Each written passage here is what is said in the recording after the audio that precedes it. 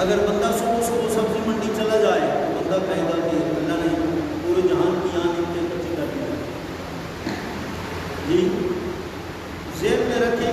سرکار نے فرمایا کہ میری امت پر ایک وقت وہ آئے گا کہ ان کو وہ نعمتیں اللہ کی طرف سے ملیں گی جو پہلی قوموں اور امتوں کو نہیں ملی، لیکن جب وہ حق شکر نہیں ادا کریں گے، ان نعمتوں کا جب شکر نہیں ادا کریں گے تو پھر اللہ تعالیٰ ان کو ایسی بیماریوں میں مبتلا کر دے گا کہ جن بیماریوں کے انہوں نے نام بھی نہیں سنے۔ آج دیکھ لیں کتنی بیماریاں ہیں، شوگر ہے، بلڈ پریشر ہے، ہارٹ اٹیک ہے، کیا کیا بیماریاں ہیں جو پہلے لوگوں میں نہیں تھی۔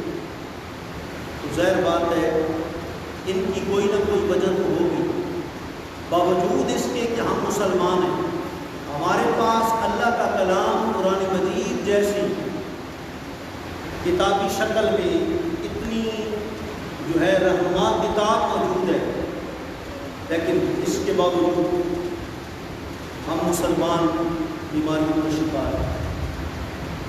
لیکن آقا رحمت صلی اللہ علیہ وآلہ وسلم نے فرمایا کہ سورہ فاتحہ کے اندر ہر بیماری کا علاج موجود ہے۔ آپ ذرا غور کر لیں، جتنی یہاں ہمارے مسلمان بھائی بیٹھے ہیں، بزرگ بیٹھے ہیں، کوئی ایسا چھوٹے بچے سے لے کر بزرگ تک کوئی ایسا آدمی بھائی نہیں ہے جس کو سورہ فاتحہ نہ یاد ہے۔ ہر ایک مسلمان کو سورہ فاتحہ یاد ہے، اور سرکار فرماتے ہیں کہ ہر بیماری کا علاج اللہ کریم نے سورہ فاتحہ کے اندر رکھا۔ اب ظاہر بات ہے سورت ہر مسلمان کو یاد بھی ہے، ہر بچے کو یاد ہے، ہر نوجوان کو یاد ہے، اور اسی کے اندر اللہ نے شفا بھی رکھی ہوئی ہے، لیکن پھر آخر کوئی وجہ ہوگی نا کہ جس کی وجہ سے پھر ہم بیماریوں کا شکار ہیں، بیماریاں جانیں۔ حضرت مسعود ملت حضرت بابا فرید الدین گنج شکر رحمۃ اللہ تعالیٰ علیہ، ابھی آپ کا محرم شریف میں اسے پاک میں گزرا، آپ مریض کو سورہ فاتحہ پڑھتے، سورہ اخلاص پڑھتے، دم کرتے، اللہ اس کو شفا کرتا۔ دیکھنے والا دیکھتا، وہ کہتا یار یہ کون سا مشکل کام ہے، سورہ فاتحہ تو مجھے بھی یاد ہے، سورہ اخلاص تو مجھے بھی یاد ہے، تو کیا ہے کہ میں مریضوں کو دعوت دے دوں کہ جو بیمار ہو آ جائے میرے پاس، سورہ فاتحہ پڑھوں گا، سورہ اخلاص پڑھوں گا، شفا ہو جائے۔ جو بھی بیماری ہے، ہر بیماری کے لیے لوگ آنا شروع ہو گئے، کسی کو بھی شفا نہیں ہو رہی، یہاں تک کہ اس بندے نے قرآن مجید شروع سے لے کر آخر تک پڑھنا شروع کر دیا، پورا قرآن پڑھ کے دم کیا، پھر بھی شفا نہیں ہوئی۔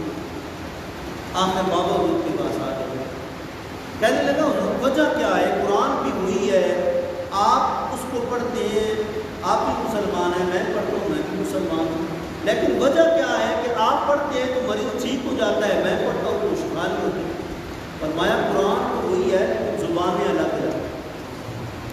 بابا فرید جیسی زبان بھی چاہیے نا، جس زبان پر نہ کبھی گالی چلی، نہ کبھی جھوٹ، نہ کبھی مطلب ہے کہ حرام خوری، پھر ظاہر بات ہے اللہ اس زبان میں تاثیر پیدا کرتا ہے۔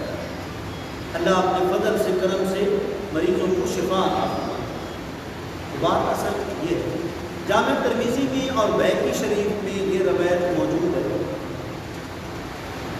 صحابہ اکرام رضوان اللہ علیہم اجمعین ایک سفر میں ہیں اور راستے میں ایک گاؤں آیا، صحابہ اکرام نے دائرہ کھانے کی طرف تھی، ان سے ضیافت کا مطالبہ کیا، گاؤں والوں نے ضیافت نہیں کی۔ اب اللہ کی قدرت، بعض روایات میں سردار کا ذکر ملتا ہے اور بعض روایات میں اس کی بیٹی کا ذکر ملتا ہے، اور بعض روایات میں سانپ کا ذکر ملتا ہے، بعض میں بچھو کا ذکر ملتا ہے۔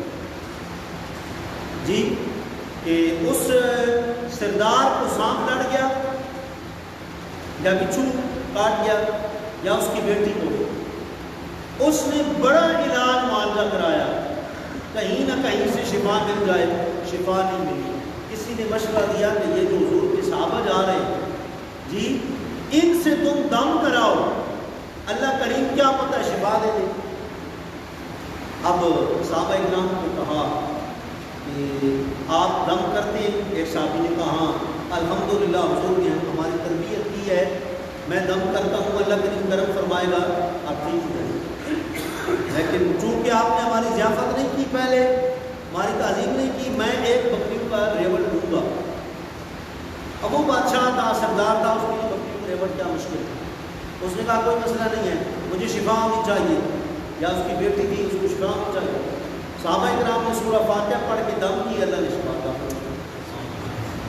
اب یعنی دیکھیں نا، سانپ ہے، بچھو ہے، کتنی دوسری چیزیں ہیں، اور ان کے زہر نکالنے کے لیے اس نے ہر علاج معالجہ کرایا، ٹھیک نہیں ہوئے۔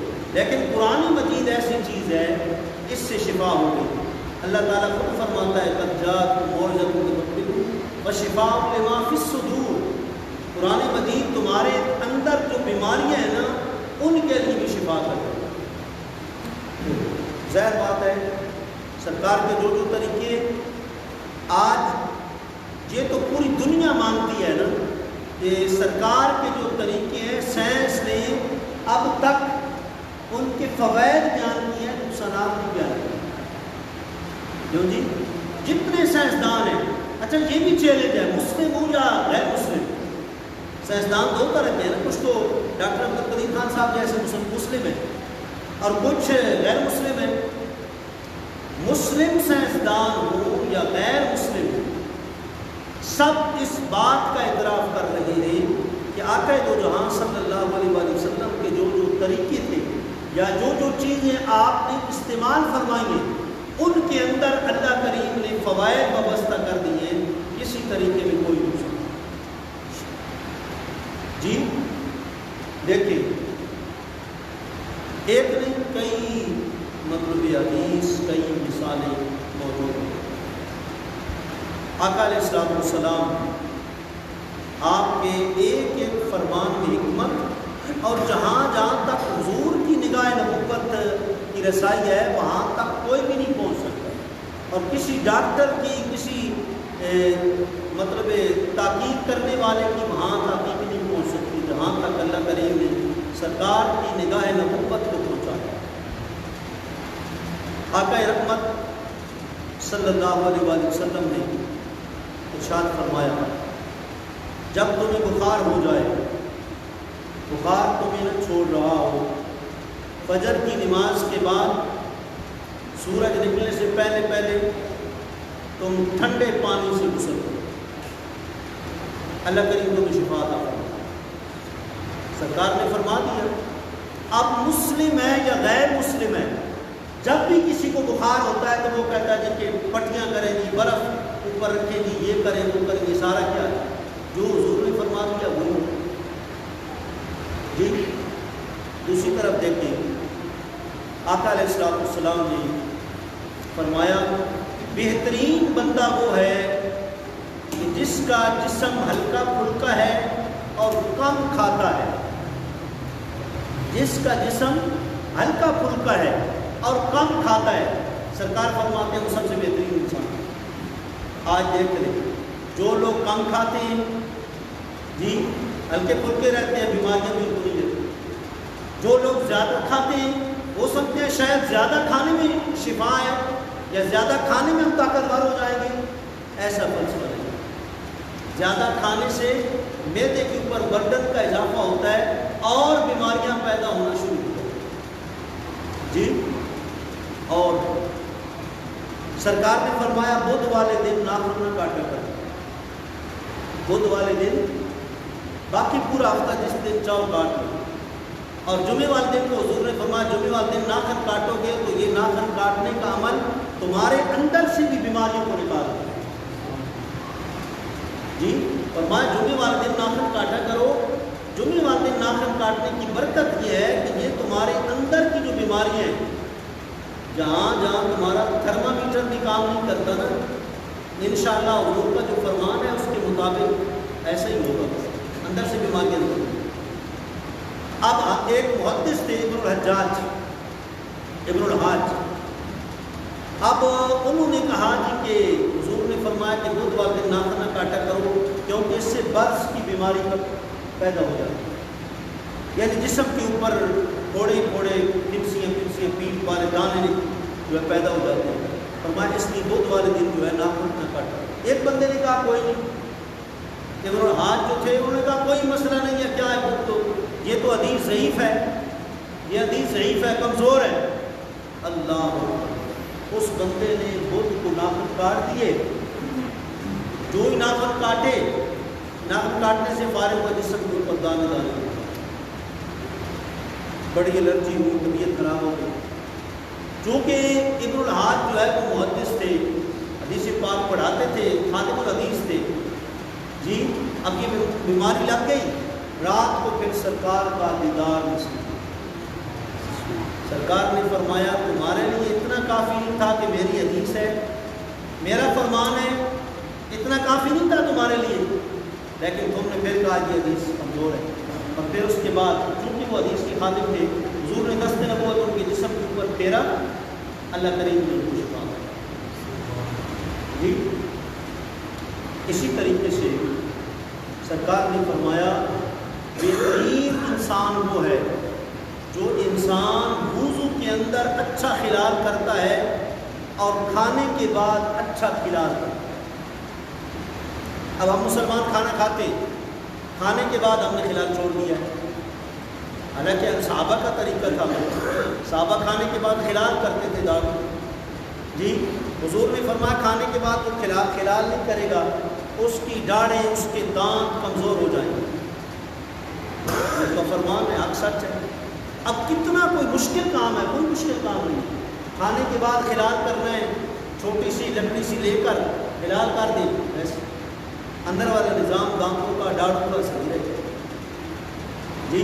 اب بظاہر یہ بھی کوئی مشکل کام ہے۔ اسی طریقے سے حضور نے فرمایا کھانا کھانے کا جو آغاز نمک سے کرے گا، یعنی نمکین چیز سے کرے گا، اور اس کا اختتام بھی نمکین چیز پر کرے گا، اللہ کریم اس کو 70 بیماریوں سے نجات دے گا۔ اب یہ طریقہ بھی ہم مسلمان آہستہ آہستہ رفتہ رفتہ ختم کرتے جا رہے ہیں، اس کی وجہ سے بھی تو بیماریاں پیدا ہو جاتی ہیں۔ جب حضور نے فرمایا کہ یہ 70 بیماریوں کا علاج اس میں موجود ہے، ایک کراچی کے ہمارے بزرگ عالمین تھے، فوت ہو گئے، اللہ درجہ بلند فرمائے، قبلہ سید تراب الحق شاہ صاحب رحمۃ اللہ علیہ۔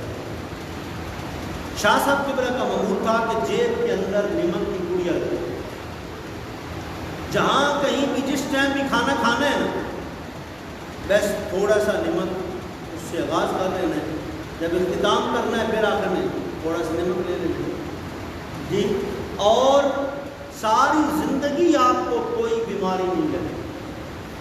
فرمانے لگے کیا پتہ ہے کہ حضور کے اس فرمان پر عمل کیا ہے، شاید اس کی برکتیں ہیں کہ ہم نمک کی ایک چٹکی کھانے کے آغاز میں لیتے ہیں، ایک اختتام میں لیتے ہیں، حضور کا فرمان ہے 70 بیماریوں کا اس میں علاج موجود ہے۔ بعض روایات میں 300 کا ذکر بھی ملتا ہے، پتہ نہیں وہ کون کون سی بیماریاں، جیسے وہ حدیث آپ کو شروع میں سنائی نا، حضور نے فرمایا کہ ایسی بیماریاں میری امت میں پیدا ہو جائیں گی جن کے انہوں نے نام نشان بھی نہیں سنے جی۔ وجہ تو وہی ہے نا کہ ہم نے نعمتوں کی ناشکری کی ہے جی۔ اور دیکھیے سرکار نے کیا کچھ نہیں بتایا۔ آج بڑے بڑے حکیم، بڑے بڑے ڈاکٹر طرح طرح کی باتیں کر رہے ہیں، وہ کہتے ہیں کہ صبح اٹھ کر دنیا میں پانی پیا کرتے۔ ہم خود بہت عرصہ اس کا شکار رہے کہ کہیں اس کا حل ملے، کہ حضور کا فرمان ملے کہ ہے کیا۔ کچھ حکیم کچھ کہتے ہیں، ڈاکٹر کچھ کہتے ہیں جی۔ تو بہقی شریف کی روایت مل گئی، حضور کی حدیث مل گئی، حضور نے فرمایا کہ صبح صبح منہ نہار پانی نہ پیا کرو، کیونکہ یہ تمہارے جسم کو کمزور کر دے گا۔ اب حضور کا فرمان آ گیا، سب میڈیکل رپورٹیں سب کچھ ایج ہے حضور کے فرمان کے سامنے۔ آپ جو حکمت سمجھتے تھے وہ کوئی اور نہیں سمجھتا تھا۔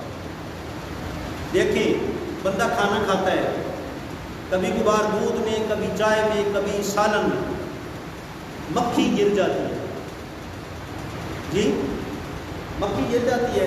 اب ہم توجہ نہیں کرتے کہ کیا کرنا ہے، ہماری وہاں تک رسائی نہیں ہے جہاں تک نگاہ نبوت کی رسائی ہے۔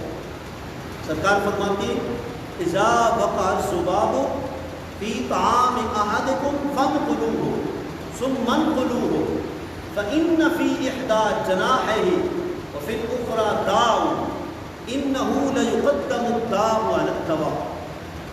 اس حدیث پاک کا مطلب اور مفہوم یہ ہے کہ حضور نے فرمایا کہ جب تم کھانا کھا رہے ہو یا کوئی مشروب تمہارے پاس ہو، مکھی بیچ میں گر جائے، فرمایا اس کو اب بیچ میں ڈبویا کرو، اس چائے کے اندر، دودھ کے اندر، سالن کے اندر، جس چیز کے اندر بھی گری ہے، فرمایا اس کو ڈبویا کرو اور ڈبونے کے بعد اس کو باہر پھینکا کرو۔ کیوں؟ اس کے ایک پر میں بیماری ہے، دوسرے پر میں شفا ہے، اور وہ کرتی کیا ہے؟ سرکار فرماتے ہیں بیماری والا پر پہلے آگے ڈال دو، شفا والا پھر پر۔ فرمایا میں تمہیں حکم دیتا ہوں کہ اس کو بیچ میں ڈبو لیا کرو تاکہ شفا والا پر بھی بیچ میں آ جائے گا، سارے جراثیم مر جائیں گے، اس کے بعد اس کو پھینک دو اور باقی جو مشروب ہے یا کھانا ہے تو کھانا چاہو کھا سکتے جی۔ ایک لے آقا رحمت صلی اللہ علیہ وسلم، اب مکھی کتنی چھوٹی ہوتی ہے، ہمیں کیا پتا کہ اس کا فلاں پر کیسا ہے، فلاں پر کیسا ہے، لیکن حضور جانتے ہیں اس کے پروں کو، کس پر میں شفا ہے، کس پر میں بیماری ہے، اور جب گرتی ہے تو پہلے آگے کس کو کرتی ہے، بعد میں کس کو کرتی ہے۔ یہ تو نگاہ نبوت کا کمال ہے نا کہ اللہ کریم نے حضور کو چھوٹی چیزوں سے لے کر بڑی چیزوں تک کا علم بتا دیا، اور اپنی امت کو حضور نے پھر آگاہ فرما دیا، یہ کام یوں کرو گے تو تمہیں فائدے ملیں گے، یوں کرو گے تو تمہیں نقصانات ہوں گے۔ آقا رحمت صلی اللہ علیہ وسلم نے فرمایا کلونجی کے اندر موت کے علاوہ ہر بیماری کا علاج موجود ہے، لیکن دونوں طرف حضور نے رہنمائی فرمائی، ایک طرف فرماتے ہیں سورہ فاتحہ پڑھو تو ہر بیماری کا علاج موجود ہے، دوسری طرف حضور نے علاج معالجے سے منع نہیں کیا کہ باقی چیزیں نہ استعمال کریں۔ حضور نے فرمایا کلونجی کے اندر اللہ کریم نے موت کے سوا ہر بیماری کا علاج رکھا جی۔ اب کلونجی کا استعمال ہمارے گھروں سے ختم ہو گیا، ایسا نہیں ہے کہ یہ چیزیں ملنے والی نہیں ہیں، نمک بھی ہر جگہ موجود ہے، کلونجی بھی موجود ہے، اور حضور نے فرمایا سب سے بہترین سالن سرکہ ہے، نعم الاعتدام والخل، سرکہ سب سے بہترین سالن ہے۔ فرمایا جس گھر میں سرکہ اور کھجور رہے گی وہ گھر کبھی محتاج نہیں ہوگا، کبھی فقر نہیں آئے گا اس گھر میں۔ جس گھر کے اندر سرکہ موجود رہے گا، جس گھر کے اندر کھجور رہے گی، وہ گھر والے کبھی کسی کے محتاج نہیں ہوں گے جی۔ اب حضور نے فرما دیا سرکہ بہترین سالن ہے جی، حضور نے فرما دیا سرکہ بہترین سالن ہے۔